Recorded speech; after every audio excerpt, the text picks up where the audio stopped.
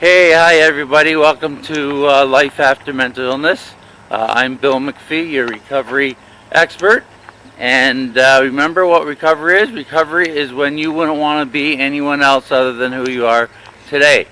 So today we're going to talk, we're going to do a couple things today. We're going to talk about antipsychotic medication and, kind of the history of it. And then actually, I have to get my injection today. I have to get my injection. I get it every 4 weeks, and I have to do blood work today as well. So I'm gonna do that. One of the things that is kind of neat is that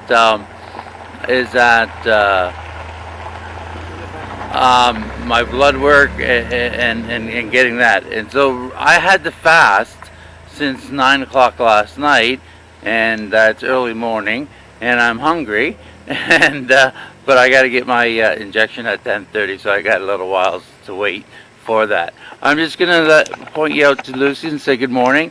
Say good morning, Lucy. Good morning. Good morning, everybody. Good morning. Good morning. So we're out for a walk with Lucy, her daily morning walk. I get the morning shift most of the time. So anyways, while we're doing this, let's talk about antipsychotic medication and the history. Okay, so mental illness has been around forever. It's always been there, just like cancer's always been there, heart disease has been there, um, diabetes has been there. So it's an illness that's been there many times and a long time.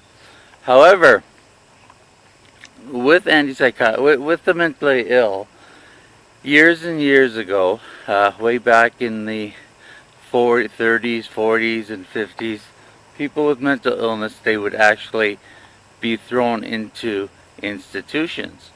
And these institutions were huge. They were very big. They would hold like 2,000, 3,000 people.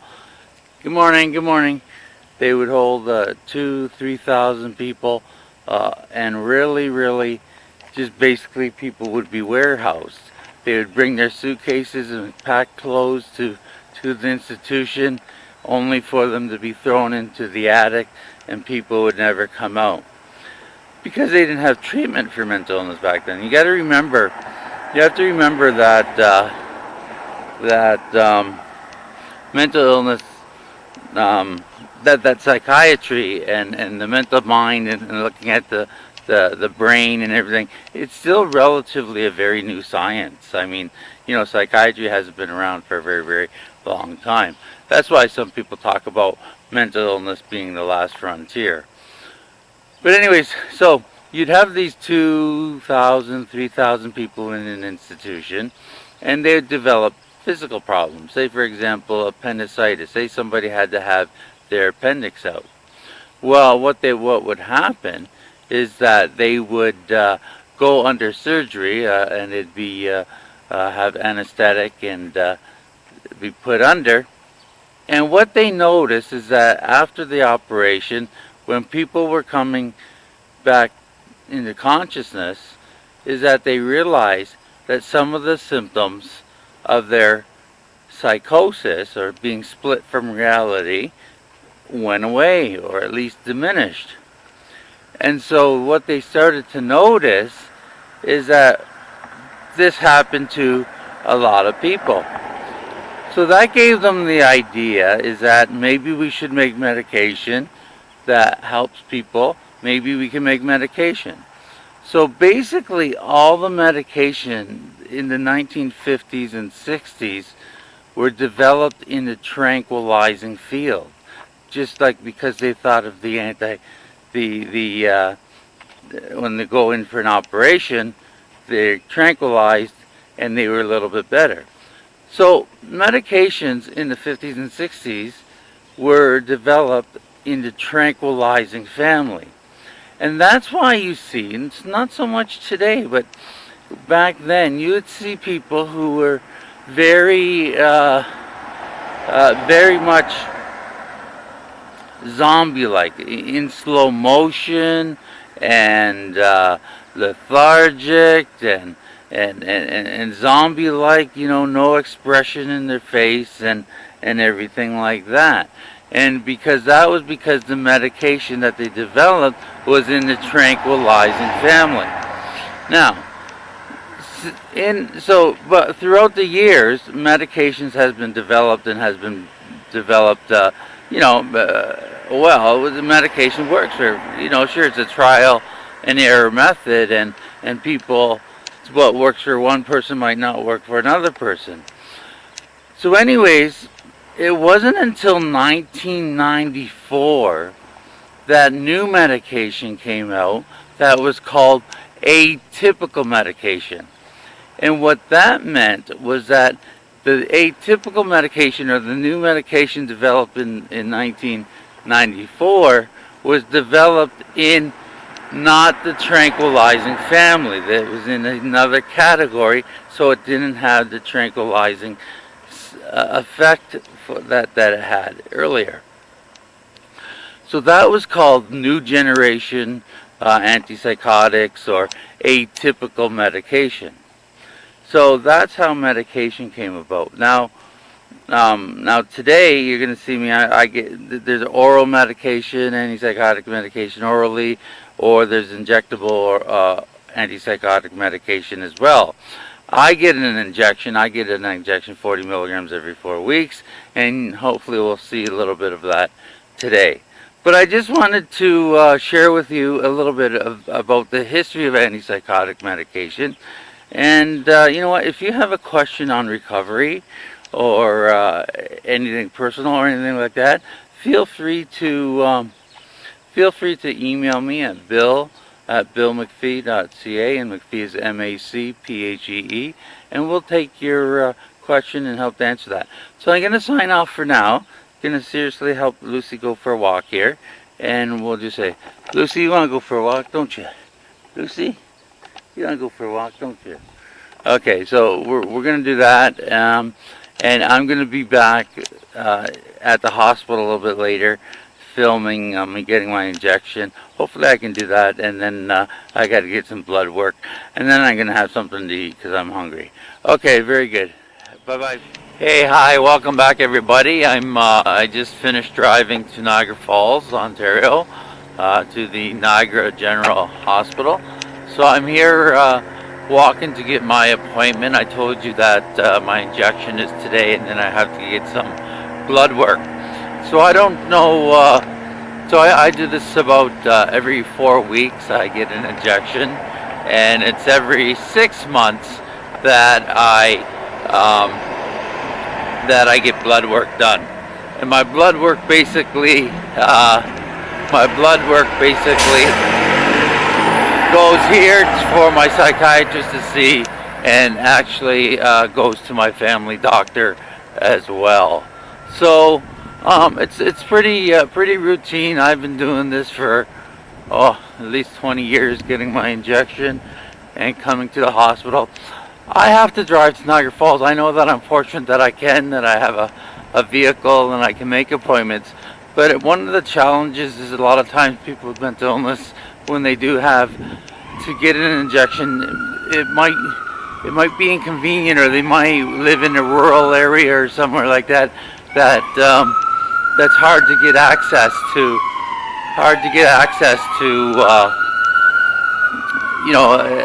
The injection, and nurses and doctors and the healthcare team. So it's very important. So we're just entering the hospital now, and on my way I have to go down to a couple floors and then check in with Denise, the secretary, and then wait. I'm a little bit early. My appointment's supposed to be at 10:30, about an hour early, but a lot of times if I'm there, they'll take me earlier. June will take me earlier. So June's pretty good that way. What else do I want to tell you? So anyways, I will just turn off for now and come back and show me getting my injection. And then I'm going to get some blood work. And then I made a couple sandwiches I'm going to eat. Okay, so we'll catch you in a bit. Okay, so I'm just at my appointment now.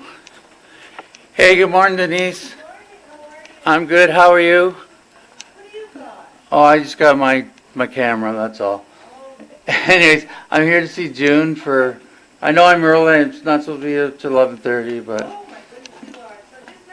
sure, no problem. Thanks. I gotta get blood work done too, and I'm hungry. That's why I'm early. So since 8:30, that's why everybody comes early, right? Okay, thanks. Okay, so now I'm just waiting. I'm just waiting in the waiting room, and we'll wait here for June to come and get me. Okay, so I got some good news. I came in the waiting room, and I was talking to June, and she actually had the paperwork done for my blood work first, so I can actually go get my blood work done before I get my injection, and that way, after I get my blood work, I can grab a tea or something, and maybe a muffin or something, and then go back and get my injection. So that's a good thing, and so I was just walking through the halls of the hospital and going to get my blood work. So I'll come back in a few minutes. Okay, so hi everybody, welcome back to Life After Mental Illness, and I'm here in the lab and I'm going to get some blood work, and sometimes it's hit and miss. I get this every 6 months, and really sometimes we get the vein, sometimes we don't, sometimes we have to do a butterfly, so we'll see. I won't introduce the girl who's taking the blood, but we're just going to do that. So we're going to take, do you have a preference, my right arm or left arm? We'll do this one. Okay, so we're going to do my left arm.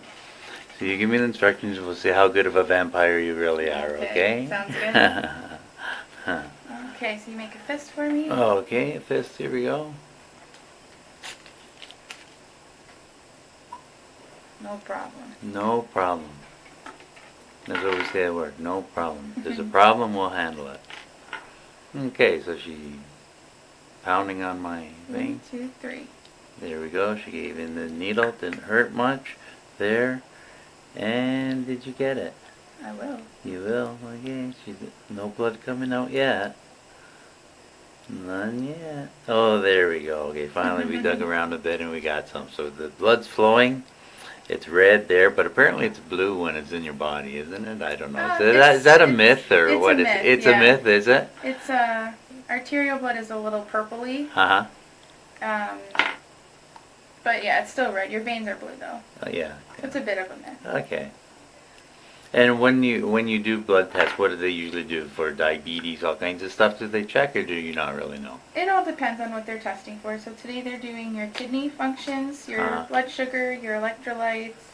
They're doing a complete blood count. Yeah. They're doing some medications, and they're doing your thyroid. Okay, very good. So very thorough, right? And that was Very very harmless, very quick, very good. Thank you very much. Appreciate it. You're very welcome. Now we're off to get my injection now, but before that, I got to have a tea and a muffin because I've been fasting since 9 o'clock last night. Very good. Okay, we'll be back in a few minutes, people, while I get my injection. Have a great day. And remember, there is life after mental illness, and recovery is when you wouldn't want to be anyone else other than who you are today. Bye for now. Okay. Hi, everybody. We're back. As you saw, I got my blood work done, and I was able to go out to my car and get a couple sandwiches that I made and grab the tea that I left in the waiting room, if that's okay. And so I'm a happy camper again now. Now it's time for my injection, right, June? So we do our monthly injection, so we're going to do that. Yeah. So, but we're going to do my blood pressure and everything like that. And you're going to be surprised. You know why you're going to be surprised? Why? Because guess what I want done today? Oh, God. If you tell me your weight... Yeah, I am telling you my weight. I want to get weighed today. So I'm going to fall over. So listen, the nurse who took the blood, I'm going to take this off now. I know. It hurts. I'm going to leave it. Okay, you want to do this arm? Can you do it with this arm? I'll prefer Do that, sure. Yeah, that's okay. But you know why? Because this hurts if I fold it up. I don't want anything to hurt today. Yeah, I don't want to cry. No, but the lady did, the nurse who did the blood work. No Was problem. she good? She was good? Good. Yeah. Told me what we're testing for. The blood. Yeah, it's always good to have routine blood work. Mm-hmm. You know what you actually test for? I could tell you off by heart what to test for. Oh, do you? What does everything Fasting mean? blood sugar, to check for pre-diabetic, Yeah. cholesterol, Mhm. it's always good to check. Mhm. Your electrolytes. Yeah, that's what you said too, yeah. Yeah. Liver function, Mhm. thyroid. Yeah, you mentioned that, yeah. Yeah. Good. And my blood pressure is usually always pretty good. What's it like today? It is just a little higher. A little high. Yeah, but having said that, you've just gone up and down stairs. That's right. Had quite a walk, so I would expect that to be, Okay. it's not alarming in any way. Right. It's all good. Okay. Now, what So- sparked the weight thing today? Well, you know what? The last time I was there to see Dr. Santher, my Yeah. psychiatrist, we were talking about weight gain and everything. Mhm. And then he gave me a few tips and I've been trying them and I've been dropping some weight and I'm kind of, Good and to it's, hear. yeah, so it's really good. So, you know what? People sometimes have this misunderstanding about psychiatric drugs that Uh-huh. I don't want medication because I'm going to put on weight. Right, yeah. Okay. And I have many patients come to the clinic, they're on injection, they're Mhm. on Clozaril, which is a pill Mm-hmm. for psychosis. I have a lady who has dropped over 100 pounds. Oh, wow. So I Wow. use that example Yeah. to motivate people to say, it is hard work. Yeah. It's hard work for me to lose weight, Yeah. but it's not impossible. Yeah. Well, you know, the advice that he's given me, which was really good, he said, you know what? He says, don't try to do these fad diets or anything No. like that. Don't try to lose a lot of weight. He says, you know what? If you lose weight over the years slowly, and he says, just be mindful of what don't be eating desserts all the time. And, You know what I tell and myself? that's what it is. I tell myself, if I want a donut today, Yeah. I'm having a donut. Yeah. If I start telling you I'm having a donut every day, Yeah. that's the problem. Yeah. Right? So, And for some reason, my appetite's been not a big appetite. I don't have a big appetite anymore, so that That's helps a lot. changed? That's changed, yeah. okay. You want to do the weight first or what? Do the weight, yeah. Okay, let me just take my keys and get lighter here. Now, the last time I weighed, I think I forced you to weigh in May, and before that, it's been probably a year, Bill, so this is good news. Yeah. Empty everything. You want to turn me over and shake me too? Okay. Had one man, he emptied his pockets of change, and half of it fell in my garbage. Oh, that wasn't, Okay, so we're doing our weight here. well, your weight. And my weight, yeah, okay. Yeah, not our weight. Our combined weight, we're in trouble, Well, Bill. I gotta tell you, June, that my son said, Bill, you're getting heavy, you're getting big again, you're getting big. He said, I bet your shadow weighs 50 pounds. So I stepped on the scale, and the scale said, one person at a time, please. Oh, please, okay, please get off and not tell you what this is. So we have to do it both in kilograms, kilos So- and pounds. Yeah, so I'll do the translation Yeah. in a second. 101.7.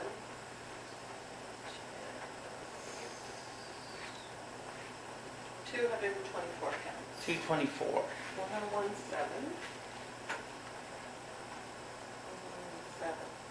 So I can tell you the good news. Yeah. Since May, you have lost 7 kilos, which is about 15 pounds. Yeah, very good. Hey, see, 15 pounds since May? Since May. May, June, July, August, July, that's 2 2 months, 2 months.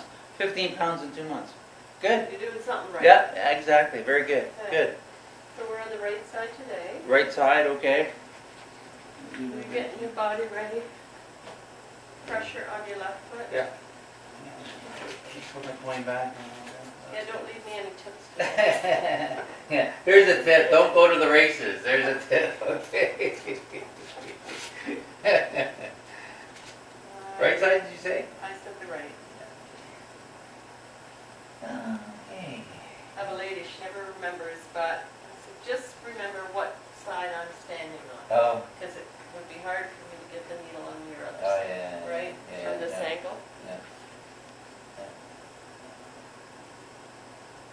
Someone laughed this morning. I said, I gotta get landmark. And Oh. he says, that's what you call it? I go, yeah. You do landmarking, position, right? Mhm.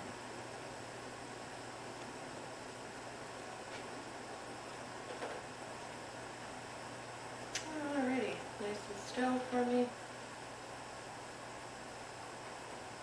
Not too bad, I hope. Not too bad.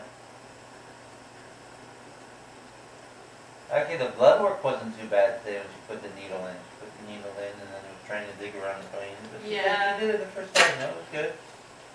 You know what, the veins cooperate, right? Yeah. That makes it, and I find for this injection, the more that people can relax, the easier it is. Mm-hmm. And some people are just a bit naturally tense, you know. Mm-hmm. Okay, one free Band-Aid for you. Okay, very good. So that's good. So we're just doing And we're just doing our next appointment then? Yeah. So that was good. See, that's very easy, eh, folks? Very easy to get that injection and blood work and everything. You've had You a, know, lost some weight, got weight, so it's good. you Yeah, look awesome. yeah, Yeah. yeah. You look younger today. I look younger. Well, I'm I'm saying that. 20, I'm 25. What do I look 22 or what? You never tell me you look younger. Oh, come on. Okay. So we're looking Oh. at, Get my calendar out. roundabout. Well, I gotta give you my card. Yeah.